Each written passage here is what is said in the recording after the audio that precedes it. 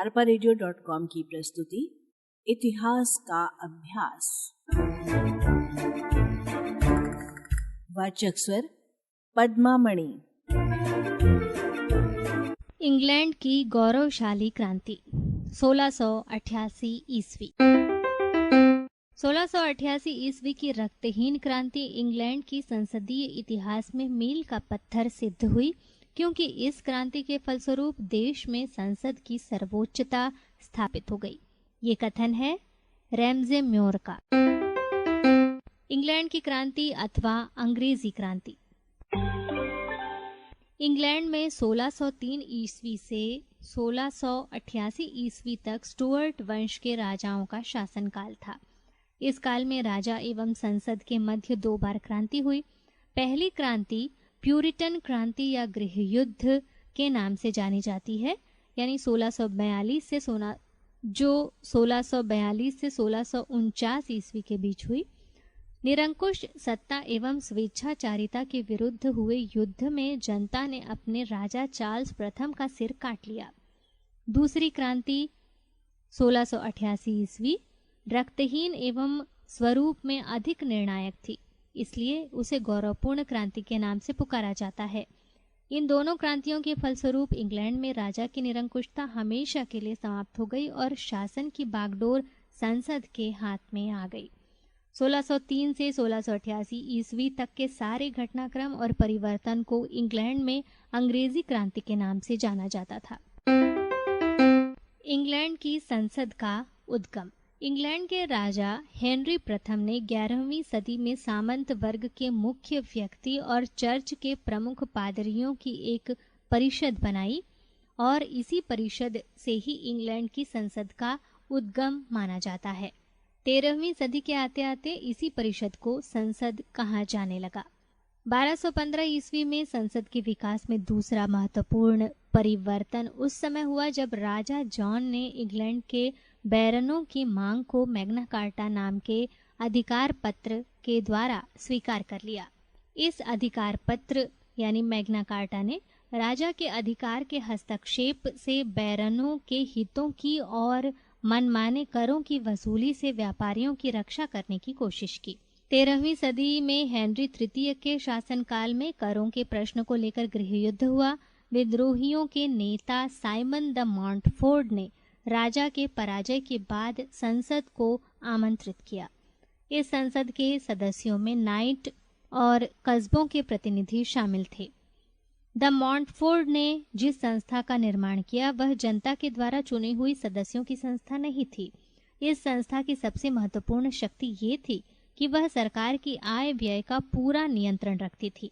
कुछ समय तक संसद राजाओं की एजेंसी एवं कठपुतली मात्र ही थी, जिसके द्वारा राजा कर लगाते और वसूली करते रहे। ट्यूडर राजाओं के समय तक संसद एवं राजा के संबंध ठीक रहे, क्योंकि ट्यूडर शासक संसद के अधिकारों का सम्मान करते थे, किंतु स्टुअर्ट शासकों के समय संसद और राजाओं के मध्य संघर्ष एवं विद्रोह प्रारंभ हो गया। संसद एवं राजतंत्र के मध्य संघर्ष का कारण। पहला, स्टुअर्ट शासक दैवीय सिद्धांत के समर्थक थे। जेम्स प्रथम एवं चार्ल्स प्रथम जैसे शासक राजा के दैवीय सिद्धांतों में विश्वास करते थे और वे दैवीय सिद्धांतों के समर्थक थे।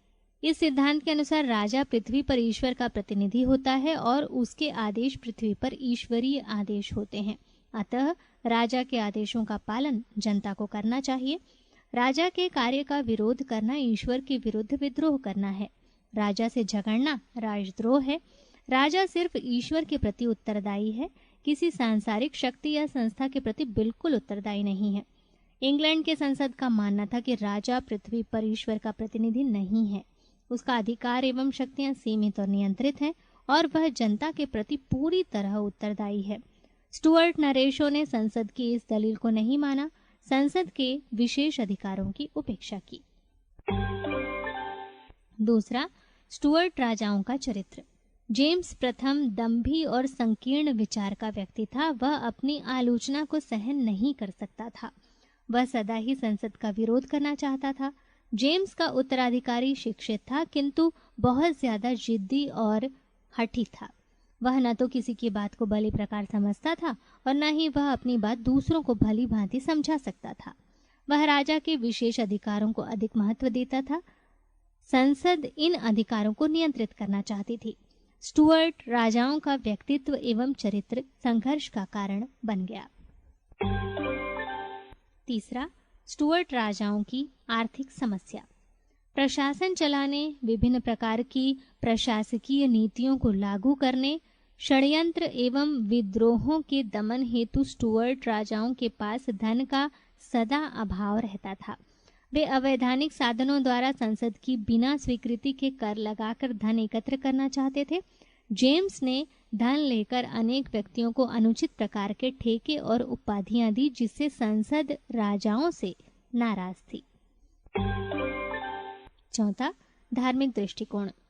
स्टुअर्ट शासक एवं जनता के धार्मिक दृष्टिकोणों में भी भिन्नता थी।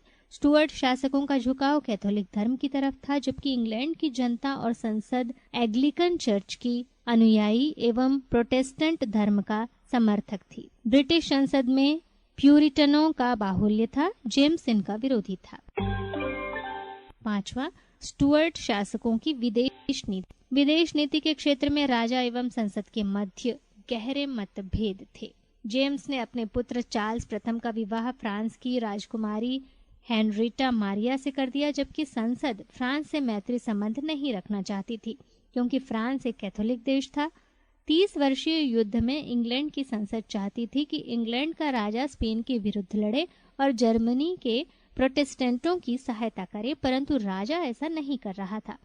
वह संसद की इच्छाओं की अवहेलना कर रहा था। चार्ल्स प्रथम ने स्पेन को पराजित करने के लिए उससे युद्ध किया, परंतु कैडिज के बंदरगाह में अंग्रेजों की हार हुई।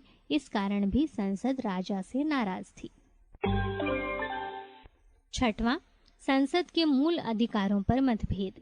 संसद का मानना था कि राजा को संसद की अनुमति के बिना कर लगाने या जनता से धन वसूल करने का अधिकार नहीं है। संसद का मानना था कि राजा संसद द्वारा पारित कानून की सीमा और परिधि में है, जबकि राजा संसद की इन बातों को मानने के लिए तैयार नहीं था। वे अपने को कानून और संसद से ऊपर तथा श्रेष्ठ समझते थे।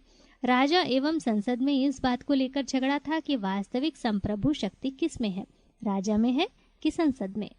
राजा कहता था कि संपूर्ण संप्रभुता शक्ति मेरे हाथों में निहित है, जबकि संसद कहती थी कि संप्रभुता शक्ति जनता के वास्तविक एवं चुने हुए प्रतिनिधि संसद में है। अतः प्रशासन संबंधी संचालन का अधिकार संसद को है।